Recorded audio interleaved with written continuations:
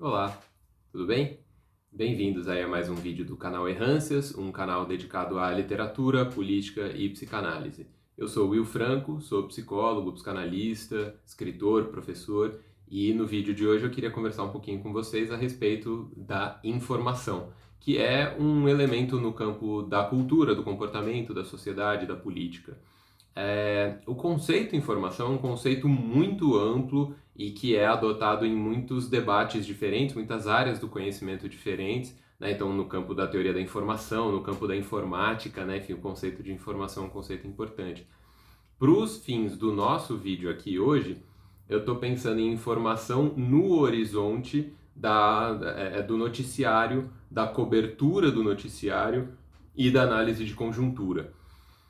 Esses campos são campos que foram ganhando muita relevância nos debates contemporâneos porque o processo de disseminação de informação foi muito acelerado nos últimos tempos, como todo mundo sabe, justamente, né, enfim, pela informática, pela internet e tudo mais.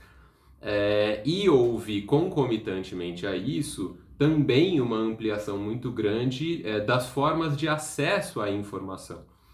Então, hoje em dia, as pessoas não estão dependentes de 3 ou 4 grandes canais de notícias que vão prover eles de informações que eles só podem pressupor que são confiáveis e vão se inspirar naquilo para tocar a vida deles, né, para se sentir situados no mundo que eles vivem e no contexto que eles habitam.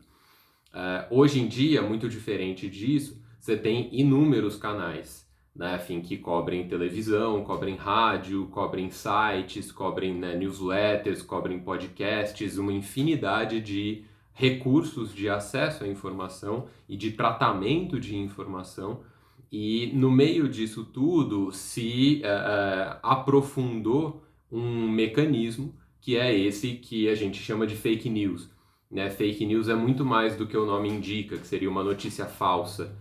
Fake news é todo um campo da cultura contemporânea que manipula essa pluralidade das informações e das formas de acesso e tratamento das informações para construir nichos, realidades paralelas, modos de habitação do mundo e da leitura da conjuntura que são muito peculiares e a partir daí criar fraturas, divergências, disseminações e essas coisas têm um certo uso político. Esse é o campo das fake news, né? Então não é se você está mal informado, você pode ter sido vítima de um produto desse campo que é as fake news, mas as fake news são muito mais uma indústria do que um produto propriamente dito, né? O produto é produzido por esse setor, que é um setor organizado, estruturado, muito disseminado, de muito difícil rastreamento.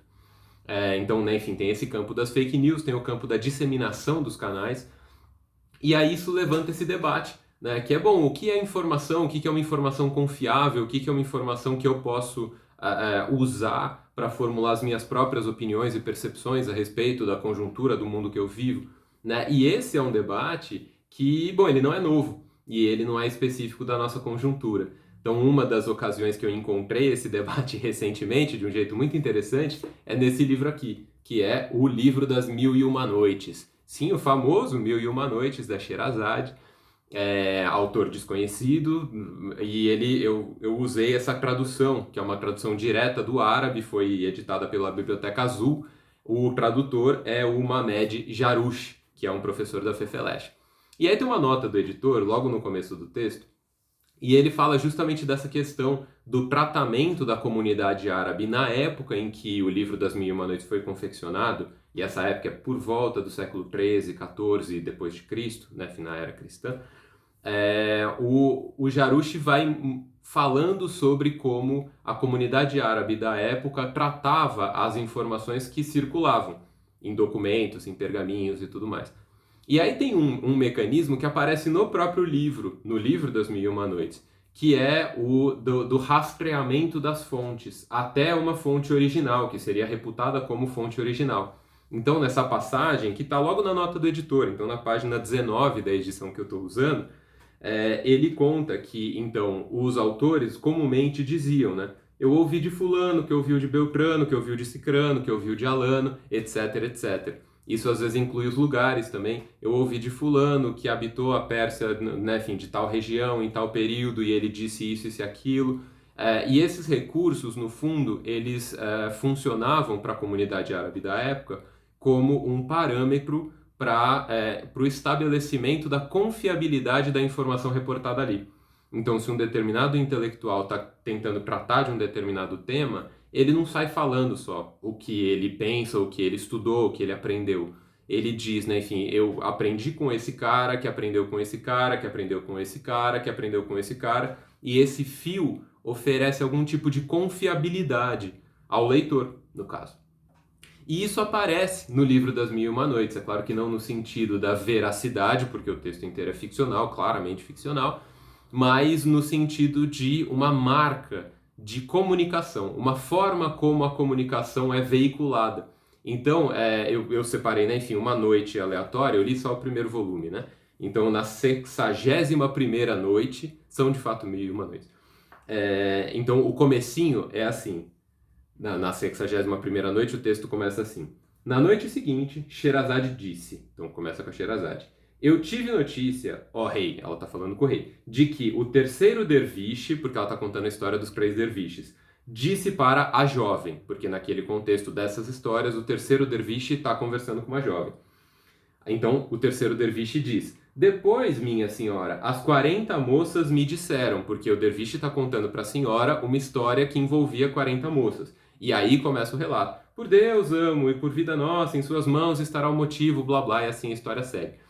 Mas aí você vê que apesar de ser um relato ficcional, né, e apesar disso aqui estar no campo da literatura, na maneira como ela era tratada, né, enfim, naquela época, naquele contexto, tem esse mesmo recurso. Né? Então a Sherazade disse para o rei que o terceiro derviche disse para a jovem, né, enfim, que as 40 moças tinham dito para ele. E esse é um recurso para tentar estabelecer a confiabilidade do relato veiculado. Esse tipo de critério é o critério de autoridade.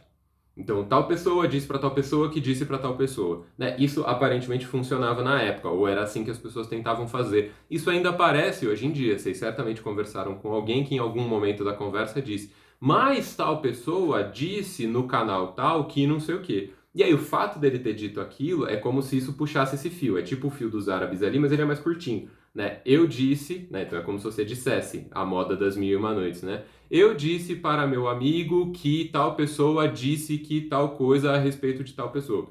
E isso daria uma autoridade, porque a tal pessoa significa alguma coisa para você, seja quem for, né?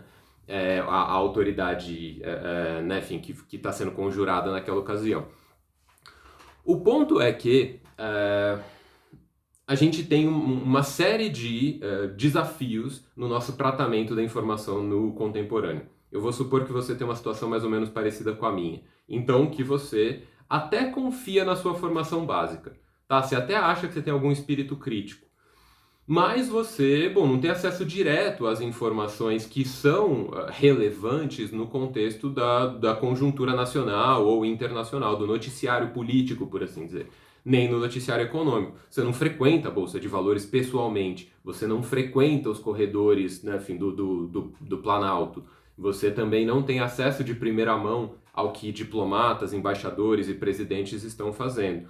E, para piorar, você também não tem tempo para ler de cabo a rabo algum meio, algum noticiário que você considere confiável. Isso pode parar até antes, que seria um pouco o meu caso. Você não encontra um noticiário que você consumiria de cabo a rabo e você estabeleceria ele como parâmetro de confiabilidade. Então tinha, por exemplo, né, enfim, a minha avó, falecida avó saudosa, dizia, ela tratava o Estadão desse jeito. Ela lia o Estadão de cabo a rabo e ela achava que o que era dito no Estadão era verdade, vocês vejam só. Então ela dizia, porque apareceu no Estadão não sei o quê. Isso diria que tal coisa é verdade para ela. É a moda da autoridade, no caso, o Estadão, né? Esse tipo de mecanismo ele é muito consolidado na nossa sociedade, ele ainda tem muita pertinência em alguns nichos específicos. Então você vai gostar de alguns canais. E isso vai ser verdade para a maior parte de nós. Você vai ter mais afinidade com alguns canais e menos afinidade com outros. Por consequência, você vai tender a conferir maior autoridade a esses canais do que aos outros. Tá? Então, né, enfim, eu consumo, já falo disso, mas eu consumo diariamente a newsletter, o noticiário, né, de uma agência específica que chama Meio, e no Meio eles compilam notícias de uma série de produtores de conteúdo. E eu confesso que eu torço o nariz, assim. Então, saiu no antagonista que não sei o quê. Antagonista, cara, eu não boto muita fé no antagonista, sabe? Aí, se ele funda em algum outro noticiário, que eu sou um pouco menos cético, no UOL, na Folha, o que quer que seja, eu olho e eu não torço tanto o nariz. Eu vou tentar ter um posicionamento crítico. Mas é isso, mesmo que você confie nele, você vai negociar em alguma medida. Se a situação é essa, uma coisa que eu acho muito importante, se você não faz isso, eu sinceramente recomendo que você reconsidere o seu posicionamento, é que tem canais que se comprometem ao compartilhamento de informações com algum tipo de responsabilidade e tem aqueles que se eximem de responsabilidade. O que isso significa? No caso dos árabes, né, enfim, do século XIV, seria um pouco a diferença entre o cara que fala eu ouvi de fulano, que ouviu de ciclano, que ouviu de alano. Tá distante, mas ainda assim ele tá querendo dizer. E tem um outro cara que fala, olha, a verdade é que plá. Pô, contundente, né? Mas você tirou de onde isso? Quem foi? Fulano, ciclano, alano ou nem teve? Ou você tirou da tua cabeça, você estava tomando banho e você teve essa ideia. Esse cara, ainda que ele pareça mais contundente, ele deveria ser menos confiável. Ele é menos confiável, você deveria considerá-lo menos confiável, porque ele diz as coisas desse jeito taxativo, como se ele fosse o proprietário da verdade. E a verdade, enfim, é negociada no contexto das informações através da regulação da informação. Porque informação não tem muito carimbo de autenticidade. A gente não conhece esse recurso ainda. Então não tem como vir a notícia com um carimbo de autenticidade embutido. O que isso significa na prática? Eu vou tentar ser um pouco mais prático agora. Tem aqueles canais que não têm um compromisso a priori com a verossimilhança, a veridicção, a veracidade, portanto, das informações veiculadas. São o caso de redes sociais ou meios que são de comunicação e não de transmissão de informação. Então, o WhatsApp é um meio de comunicação, não é um meio, ele não é um noticiário. Ele não é um jornal, ele não é um portal de notícias, ele não tem essa função social, não é para isso que ele serve. Se ele está servindo para isso na sua vida, você está consumindo informação que não é verificada. E isso te expõe a um risco enorme de acabar caindo vítima de pessoas que não têm esse tipo de compromisso. Porque, né, enfim, no mundo árabe do século XIV, esse sujeito dizia, eu ouvi de fulano, que eu ouvi de ciclano, que eu ouvi de alano, que eu ouvi de beltrano.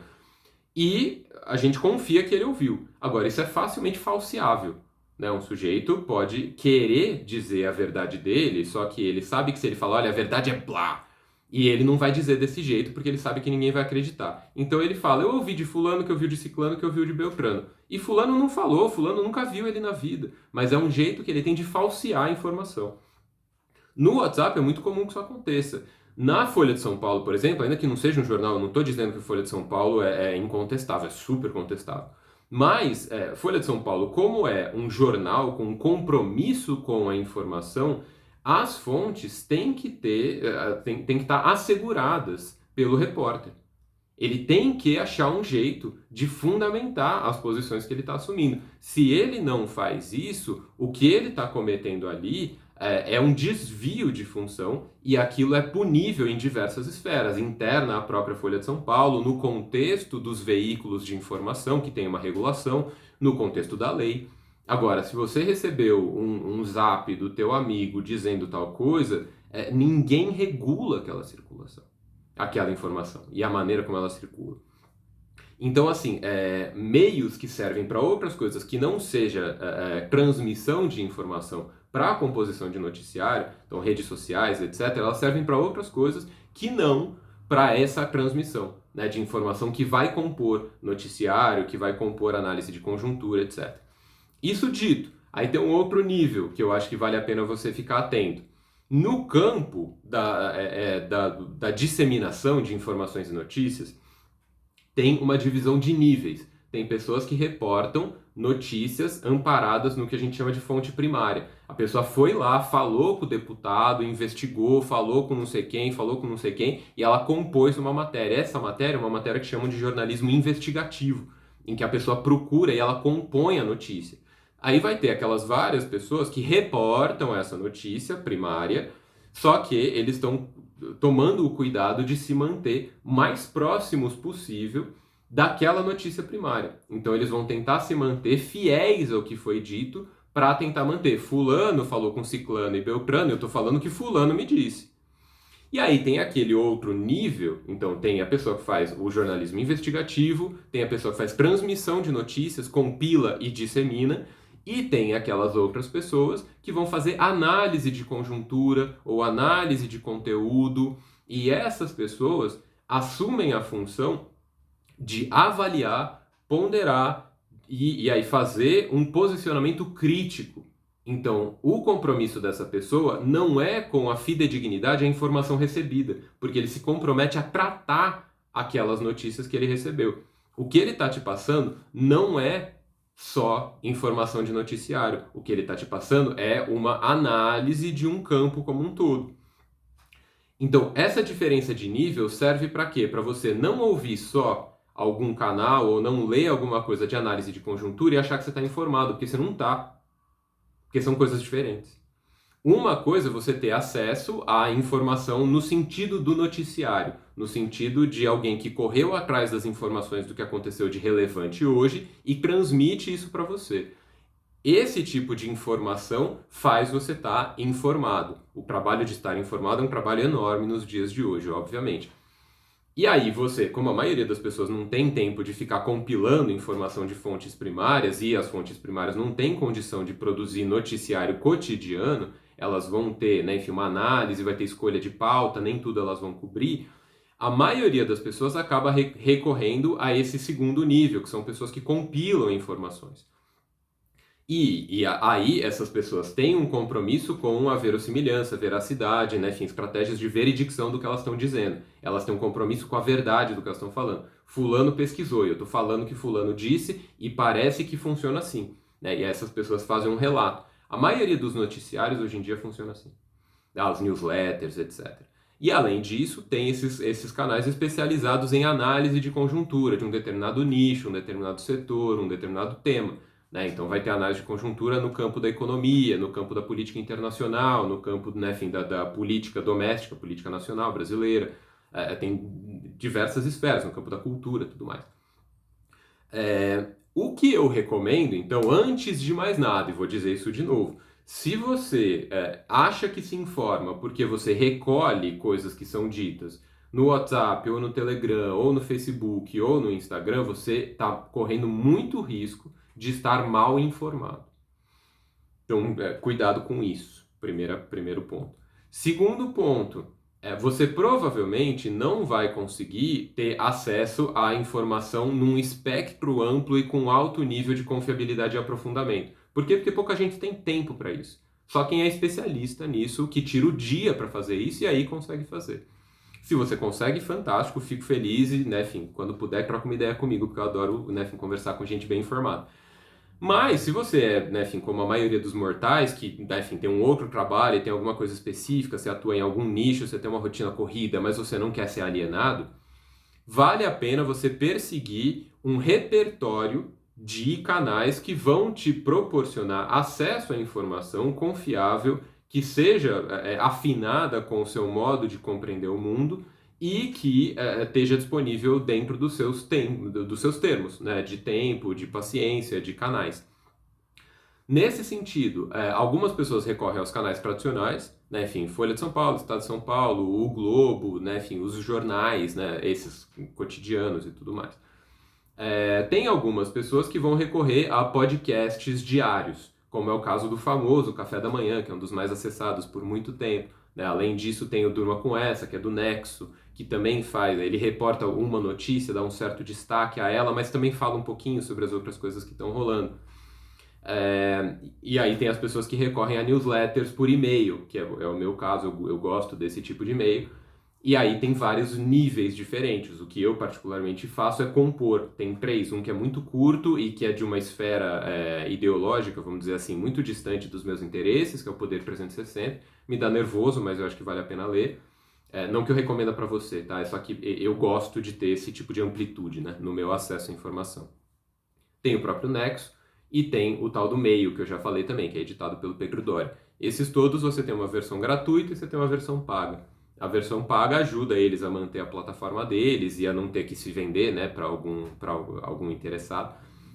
Então é um tipo de engajamento e em geral não custa muito caro. Então o Meio, por exemplo, é R$ 9,90 por mês, o Nexon é por aí também, se eu não me engano até um pouco menos. E eu acho que esses canais são canais interessantes para os meus interesses. É a minha fonte principal. Até pouco tempo atrás eu conseguia usar podcasts também, porque eu ouvia no busão, no metrô, etc. Com a pandemia eu parei e meio perdi contato com isso. Ainda assim tem alguns, né? Então, Conjuntura Internacional, eu recorro basicamente a um podcast que chama Petit Journal, que é editado por dois caras lá, o Tanguy Bagdadi e o outro eu estou esquecendo o nome agora. E eles fazem uma matéria por dia sobre alguma coisa de conjuntura internacional, que está acontecendo na Europa, no Oriente Médio, né, enfim, Península Arábica, tudo mais. Então, assim, eu estou dizendo um pouquinho do que eu faço, mas o principal é que você encontre coisas que façam sentido para você.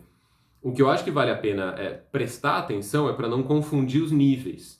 Porque às vezes o sujeito consome material, vou dar um exemplo aqui, mas sem nenhuma maldade, tá? Não estou querendo desqualificar o canal em si. Mas você pode consumir informação da Carta Capital, por exemplo, e entender que eles estão te passando informação de primeiro nível, assim, né? Enfim, informação investigativa que dá uma cobertura abrangente do panorama, que não é a função da Carta Capital, até onde eu sei. Então, assim, independente, né, do viés ideológico, tem uma coisa que é a função do canal. E aí você conseguir entender o que aquele canal pode te oferecer e o que ele não pode te oferecer, porque não é a função dele, ele não tem esse compromisso. Então, manter essas coisas em mente, eu acho que ajuda a gente a ficar menos vulnerável. Mas, acima de tudo, pessoal, eu vou falar isso pela terceira, mas eu acho que é a última vez. Evitem tratar como se fosse informação confiável uma coisa que você recebeu de um lugar que não tem esse compromisso. E isso vale para o WhatsApp, isso vale para Telegram, isso vale para Facebook, vale para Instagram também. Muita gente entra no Instagram e curte a Folha, o UOL, o País e fala, pronto, vou estar bem informado porque eles vão me mandar notícias. Mas não é assim que funciona, porque você vai receber algumas notícias que têm a ver com o seu interesse conforme avaliado pelo antigo Facebook, atual Meta. Eles vão fazer uma leitura, você não vai receber o noticiário, você não vai receber notícias abrangentes, você vai receber notícias com as quais você costuma interagir, que vão render dinheiro para o Meta. Então isso não é um noticiário. Você curtir 5 ou 6 fontes de informação numa rede social não garante acesso à informação. Para você ter acesso à informação confiável, fidedigna, fulano ouviu de Beltrano, que ouviu de Ciclano, que está falando para mim e eu boto fé, você precisa procurar esses canais desse jeito. Então, esse ponto parece trabalhoso, mas não é tão difícil. Você consegue editar, né? Enfim, você pensa um pouquinho, conversa com algumas pessoas, conversa com as pessoas em volta de você. Como você faz para estar informado? Né? Pensa em pessoas que você considera que estão informadas. E aí pergunta para essas pessoas. Cara, eu acho você tão antenado com as notícias, como você faz? Você assina alguma coisa? Você acompanha algum noticiário? O que você faz? E aí ouve essas pessoas, vai recolhendo essas informações e aí você compõe o seu repertório. E aí, a partir desse repertório, com sorte, você vai conseguir ir desenvolvendo um posicionamento crítico seu. Né? Porque se você só ler uma análise de conjuntura e comprar ela de baseada, essa informação pode até ser de qualidade, só que ela não é sua. Porque você não teve o processo de apropriação, porque o cara te entregou mastigado já. Então, né, enfim, acho que vale a pena ter esses cuidados para a gente conseguir saber, né, enfim, de onde vêm as informações que a gente trata como informações na nossa leitura, no nosso posicionamento, na nossa vida cotidiana, nas nossas conversas de mesa de família e nas nossas decisões, né, enfim, políticas e onde quer que seja que a gente tome decisões. Então, ouvir de fulano, de ciclano, de beltrano não é um problema por si só. É importante que isso esteja comprometido com um regime de verdade, que a gente consiga confiar. Esse é o ponto no fim das contas. Então, é isso, gente. Eu espero que tenha feito sentido para vocês. Eu espero que vocês tenham gostado. Desculpa o vídeo longo. E a gente se encontra na próxima. Qualquer comentário, sugestão, crítica, fica à vontade para usar o chat. Tá? Eu fico feliz quando aparece um comentário. E a gente se encontra na próxima. Tá bom? Um abraço e até lá.